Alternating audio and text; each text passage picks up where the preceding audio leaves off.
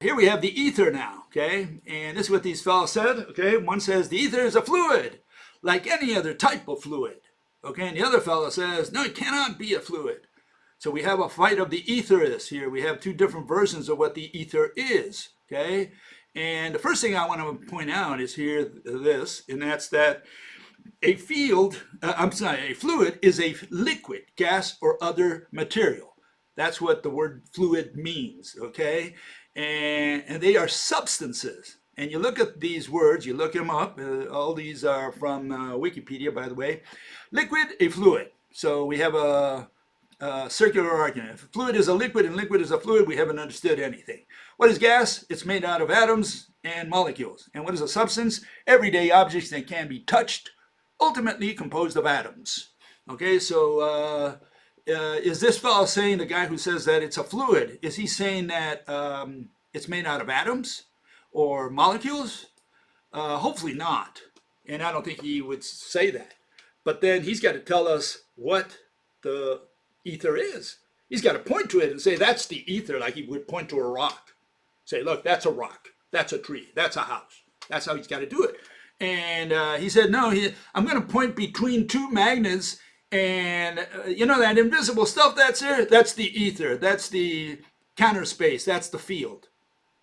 It doesn't work that way. Sorry, guy. You know, especially when the field, the counter space, the ether, all this stuff, they're infinite, as I discussed the other day.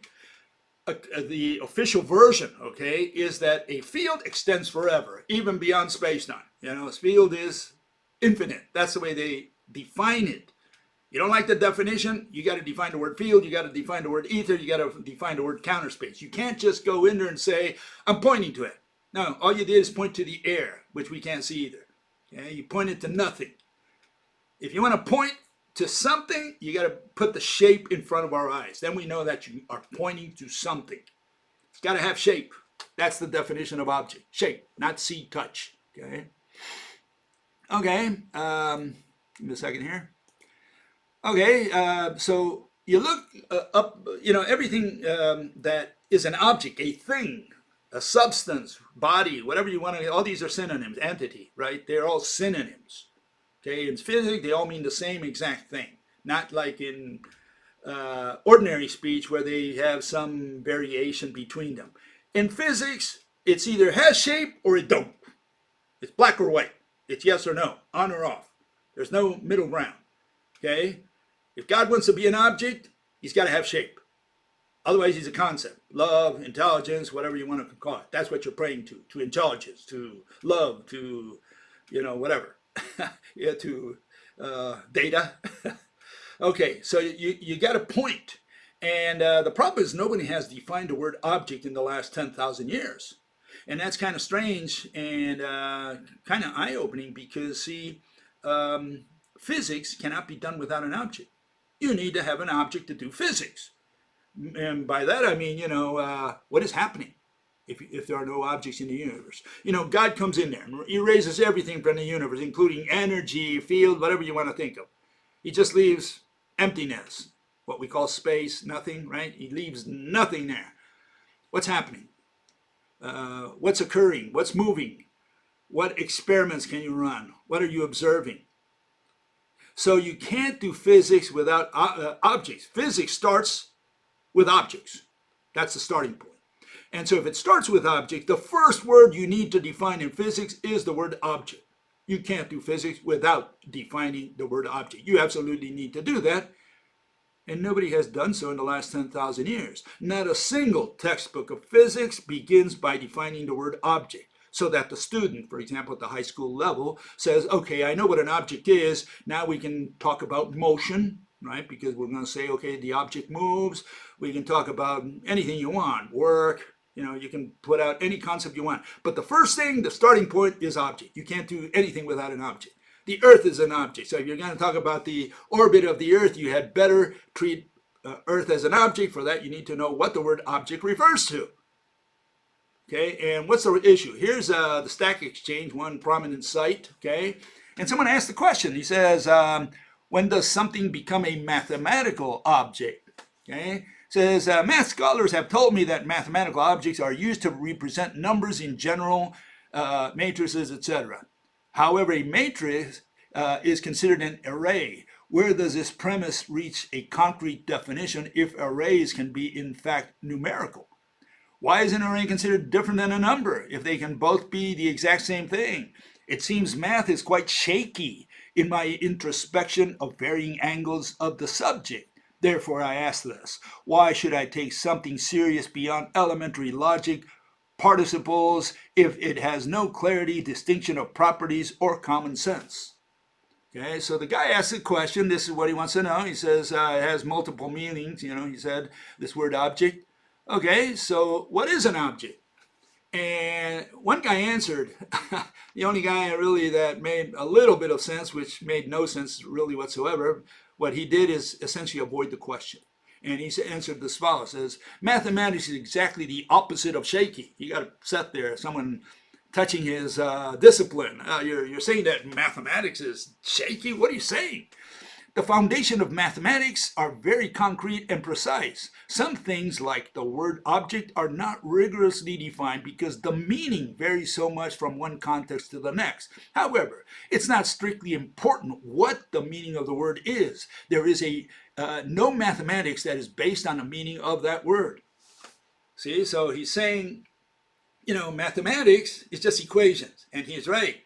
But the problem is mathematical physics. That's a different specialty where they introduce mathematics and they shove it into physics, even though mathematics has absolutely nothing to do with physics. Physics is about explaining how the world works qualitatively, and math is describing it quantitatively. These are two different disciplines, and they try to merge them in something called mathematical physics. And that's why this guy said, well, the word object doesn't belong in math. It belongs somewhere else, maybe in philosophy, ontology, who knows where. That's what he's saying. Okay, it's an informal term that allows mathematicians to convey a general notion. Things that do matter are always clearly and precisely defined. Okay, yeah, things that do matter, and obviously none of the qualitative terms are defined in mathematics. And when I say mathematics, I mean mathematical physics. We don't care about mathematics, the discipline of mathematics. We care about this religion known as mathematical physics, where they try to merge mathematics with physics and call it mathematical physics. So they bring an equation and they say, we're going to interpret it for you, and this is the physical interpretation, the qualitative physical interpretation. This is the meaning, the physical interpretation. This is how the universe works. That's what they claim to be able to say from an equation.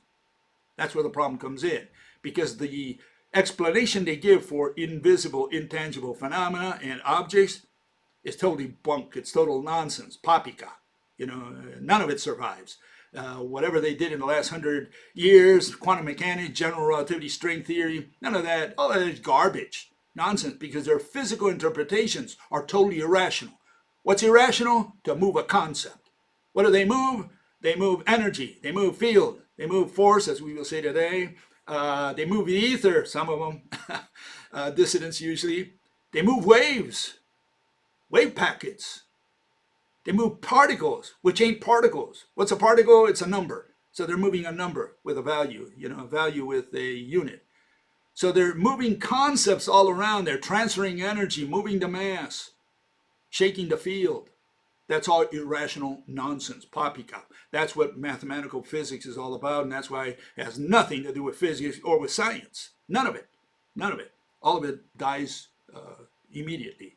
And one of the fellows over there at our rational science group, he put the word object in the chat GPT to find out what the robot will tell us about the word object. And it turns out the robot came on my side. Hey, they got one right for a chance. For finally, here it is. It says, see if I can read this, be so little. It says, an object essentially is that which has a boundary. Well, it's close enough. They're saying it's that which has shape. Okay, that's what we say. The chat GPT said it's a boundary. We can grant it to them. So what is an object? That which has shape, that which has a boundary. I guess we can go with that one as a close approximation. Yeah, that's what an object is. And nobody has ever figured that out. Nobody even uses that definition. Everybody uses the see-touch notion of object. That an object is that which you can see, an object is that which you can touch. If you can't see it and touch it, it's not an object. Well, you can't see the air. Is that an object? Well, some people say it ain't. And, like I say, can you touch the table on the other side of the universe or on the other side of our planet? And the answer is no, you can't touch it or see it. So isn't the table an object? The word table does not represent an object always. Or the word chair. Yeah, hopefully rock is a word that always represents an object, whether it's on the other side of the universe or here or right in front of you. Why? Because it has shape, not because you can see it or touch it. So see-touch criteria is irrational. We cannot use that in physics. So how do we do it in physics? Well, you want to know what a rock is? You point to it. Put your finger there and point to a rock and say rock. Now the ET understands what you're talking about. He says, okay, I can relate to your thing. Okay, I know what the word rock means. Okay, here's another one. You want to know what a house is? You point to it and say, look, it's a house. Okay, you point. That's how it's done.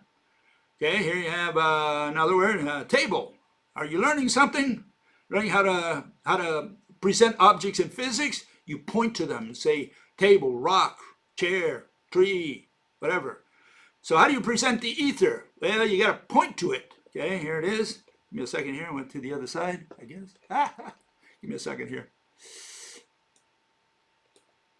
You point to it. You have to point and say ether. That's the ether. What are you going to point to?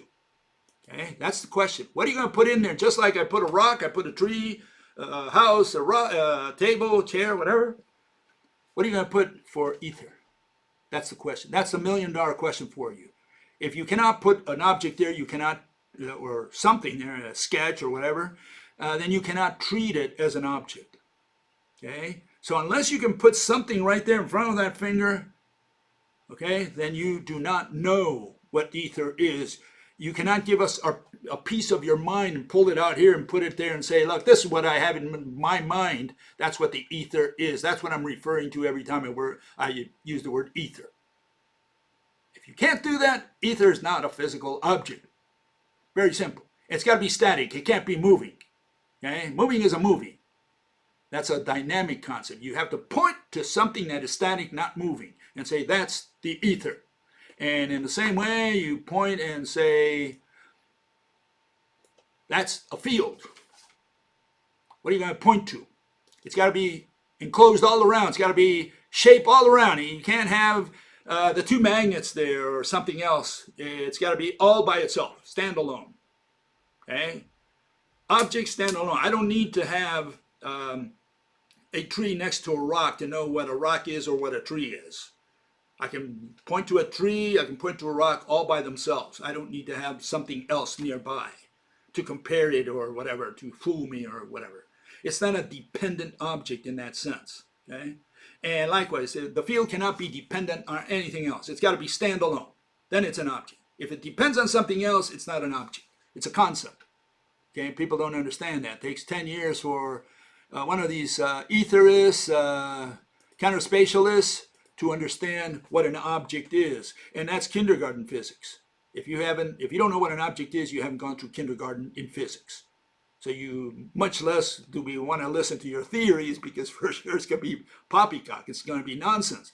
I mean, you got to start by understanding what an object is, what a thing is, and it takes 10 years for some of these people to understand it. Some of them never grab it in their whole life. Okay, so some people say, well, what is the shape of water? Is water an object? What is the shape of air? What is, it's constantly moving. It's from one second to the next. They get all, they go into rabbit holes and they get lost in there. They don't understand what the issue is, how to present an object. That's why it takes 10 years for these people to understand what a thing is for the purposes of physics, and we can't do physics without a thing. Okay, so let's keep all that in mind. Okay, so here it is. We have the astronaut I showed the other day, and he releases a blob of liquid. It could be water, it could be something, whatever. Does that have shape? And the question is not, what is the shape of? The question is, does it have shape? It's a yes or no type of question. does it have shape? And hopefully the answer is yes, unless you're blind. I don't know. So both the astronaut and this blob both have shape. Okay? That's the way you present an object in physics. Okay? And so, yeah, water does have shape and air does have shape as well. Like here on Earth, Earth, air covers the entire Earth.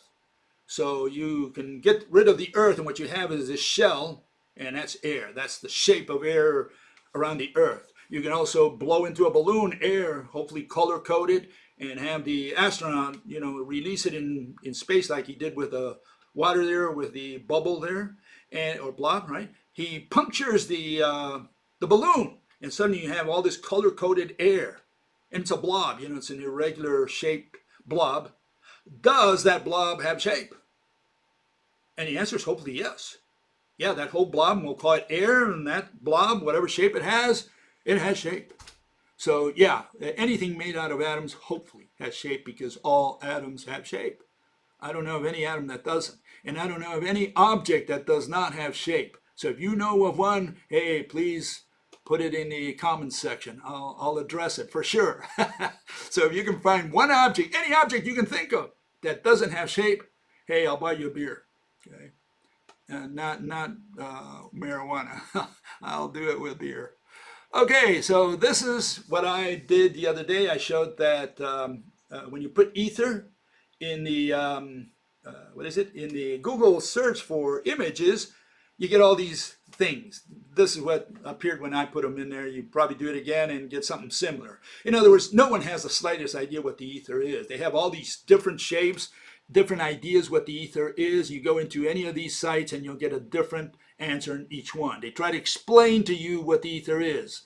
In science we do not, in physics, right? We do not explain what an object is. We point to it, period.